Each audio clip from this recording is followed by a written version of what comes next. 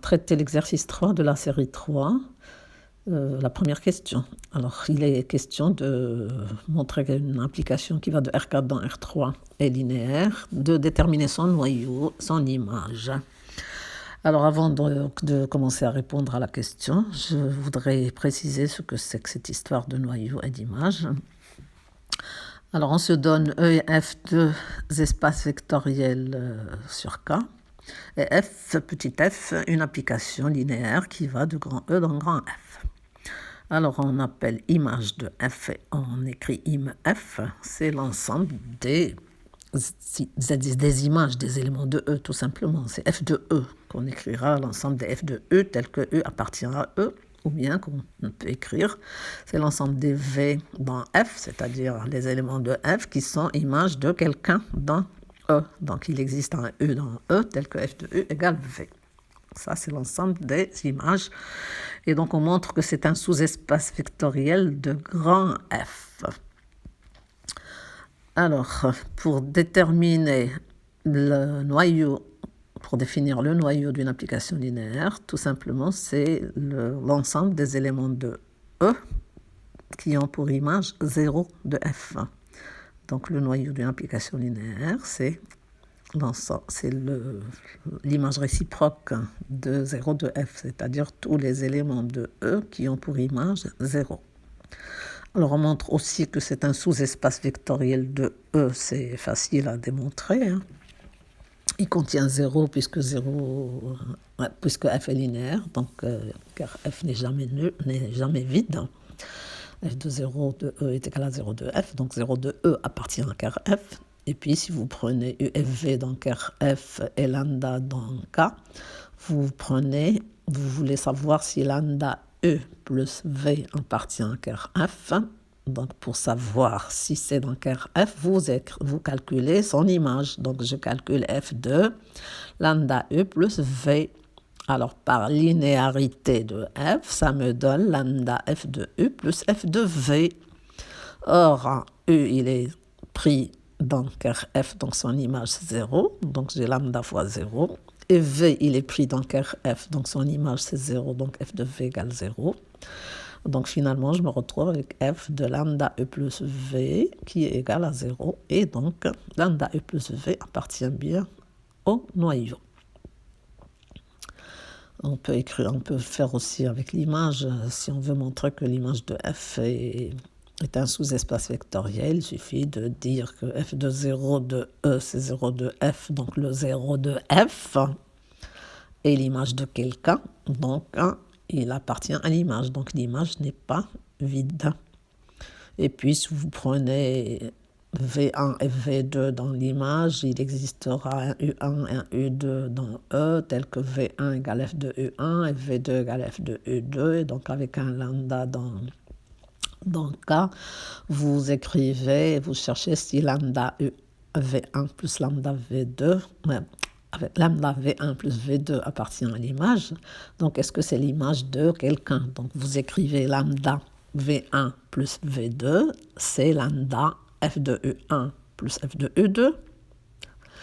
Et donc, avec la linéarité de F, c'est F de lambda U1 plus U2, qui fait donc que lambda V1 plus V2, c'est l'image de quelqu'un. Ce quelqu'un, c'est bien lambda U1 plus U2.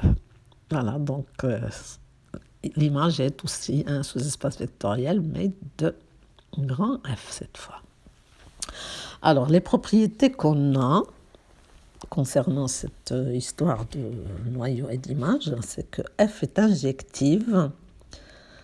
Ça équivaut à car F réduit à 0 de E. Alors, je rappelle ce qu'est une application injective. Une application injective, en arabe, on dit tabayuniya, c'est-à-dire qu'il y a un tabayun بين الصور إلى كان تباين في الأصل. C'est-à-dire, si x est différent de x', alors f de x est différent de f de x', qui se traduit par contraposé par si f de x égale f de x', alors x égale x'. Et ça, avec la linéarité propriété, ça peut s'écrire f de x moins x' égale 0 implique x moins x' égale 0. Donc, il suffit de montrer que si f de u égale 0, u égale 0. D'accord? Donc, f est injective. Ce qu'il faut retenir, c'est si et seulement si son noyau est réduit à 0 de e, bien sûr. Alors, f est surjective. Ben, là, même quand l'application n'est pas linéaire, la surjection, ça veut dire, en arabe, c'est shumoliya, بمعنى أن مجموعة الصور تشمل مجموعة الوصول, c'est-à-dire que f de e, c'est grand F, c'est-à-dire que l'ensemble des images, c'est grand F tout entier. Alors, des propriétés importantes dans le cas de dimension finie, c'est parce que dans les exercices, on nous demandera souvent de trouver le noyau, l'image, c'est-à-dire trouver des bases du noyau et de l'image. Et donc, comme en SMPC, on travaille en dimension finie en général, donc on va donner les propriétés en dimension finie. Donc, si E est de dimension finie, on a le résultat suivant. Si je prends B égale E1, En, une base de E, alors f de En est une partie génératrice de l'image. C'est-à-dire que pour trouver une base de l'image, il suffira de calculer le rang de cette famille f de En et d'en extraire les éléments, le maximum d'éléments linéairement indépendants. Pour donner donc la dimension de l'image, ce sera le rang de cette famille f de En. Et cette dimension, on l'appelle le rang de f. Et on a ce qu'on appelle le théorème du rang, qui rend beaucoup de services dans les exercices, en dimension finie bien sûr, qui nous dit que la dimension de E, c'est-à-dire l'espace de départ, elle est égale à la dimension du sous-espace image, IMF, qui n'est pas grand F, plus la dimension du noyau.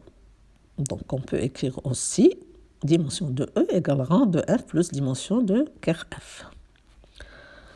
Alors j'insiste sur l'écriture dimension, parce que je vois sur des copies d'examen, il y a des étudiants qui m'écrivent E égale IMF plus ker F, ce qui est faux.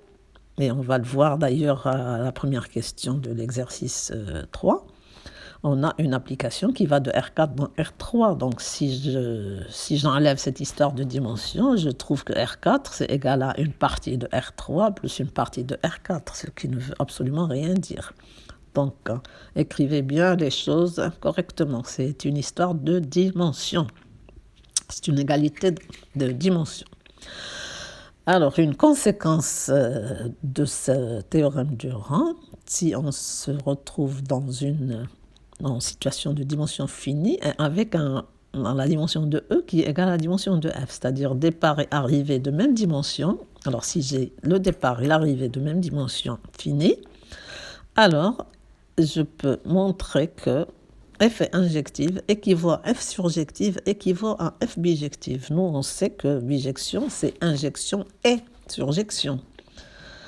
Mais là, il suffira de montrer une seule. Donc, si j'ai une injection, j'aurai la bijection. Si j'arrive à montrer une surjection, j'aurai la bijection. Donc, uniquement dans le cas où les dimensions départ et arrivée sont égales et sont finies. Il faut apprendre correctement les théorèmes. Alors, d'où ça vient, c'est facile. Donc, si je prends F injective, je reviens au théorème du rang. Donc, F injective, ça veut dire que le noyau est réduit à 0, donc sa dimension est nulle. Et donc, je me retrouve avec le théorème du rang, dimension de E égale rang de F. Or, dimension de E, c'est dimension de F. Donc, dimension de F est égale au rang de F. Ça veut dire que l'image, c'est F tout entier. Et donc, F est surjective. Donc, je suis partie de F injective, j'ai trouvé F surjective. Ça veut dire que j'ai trouvé que F est bijective. Alors maintenant, dans l'autre sens, parce qu'on a une série d'équivalences, on peut montrer les implications dans un sens et puis les implications dans l'autre sens, en boucle. Donc si F est bijective, alors par définition, elle est surjective. Mais si elle est surjective, comment elle va devenir injective? Donc, je reviens à mon théorème du rang. Si elle est surjective, ça veut dire que son rang, c'est égal à la dimension de grand F, et donc qui est égal à la dimension d'un grand E, et donc ça implique que la dimension de ker F est égale à 0. Et bon, donc ça veut dire que ker F est réduit à 0, et donc F est injective. Voilà, donc ça pour les démonstrations de cette conséquence. Alors, on passe maintenant à la première question de l'exercice 3. On nous donne F qui va de R4 dans R3, qui au quadruplet X, Y, Z, T associe le triplet X moins Y, Z moins T, Y moins X. Et on nous demande de montrer qu'elle est linéaire. Alors, pour cela, on se prend un U égale X, Y, Z, T, un V égale X', Y', Z', T' dans R4 et un lambda dans R. On calcule f de lambda E plus V. Alors, c'est égal à F2, donc je remplace lambda E par, en sachant qu'on sait multiplier un élément de R4 par un scalaire, ça fait lambda X, lambda Y, lambda Z, lambda T, plus X', Y', Z', T'. Alors, j'ai F de crochet, le crochet n'est pas encore une parenthèse. Donc, je m'applique, pour que ça devienne une parenthèse, en appliquant donc la définition de l'addition dans R4. Ça fait F2, lambda X plus X', lambda Y plus Y', lambda Z plus Z', lambda T plus T'. Puis je noterai F de grand X, grand Y, grand Z, grand T pour me simplifier l'écriture. Les calculs plutôt.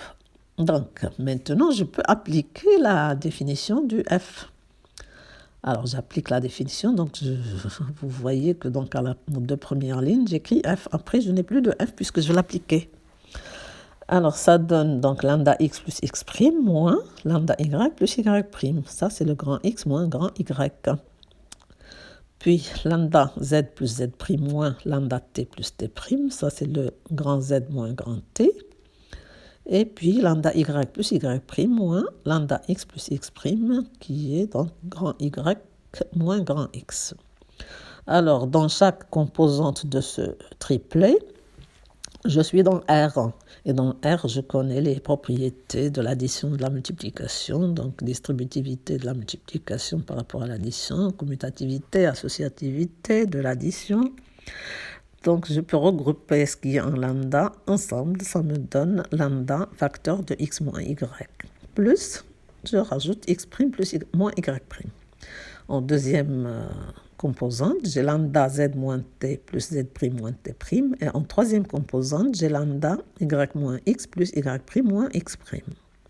Alors maintenant, dans cette grande parenthèse, j'ai... chaque composante est constituée de 2 paquets séparés par un plus. Donc, j'applique la définition de l'addition dans R3 pour séparer ces paquets. Donc, je prends tout ce qui est en lambda dans une même parenthèse. Ça fait lambda X moins Y, lambda Z moins T, lambda Y moins X, plus la deuxième parenthèse, X' moins Y', Z' moins T', Y' moins X'.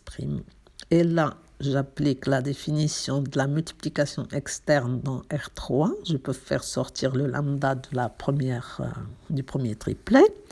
Et là, je reconnais, donc ça va faire lambda parenthèse X moins Y, Z moins T, Y moins X, qui n'est autre que lambda F de E. Plus, donc le paquet c'est F de V, donc j'ai fini par trouver que F de lambda E plus V, c'est lambda F de E plus F de V, et par conséquent F est linéaire.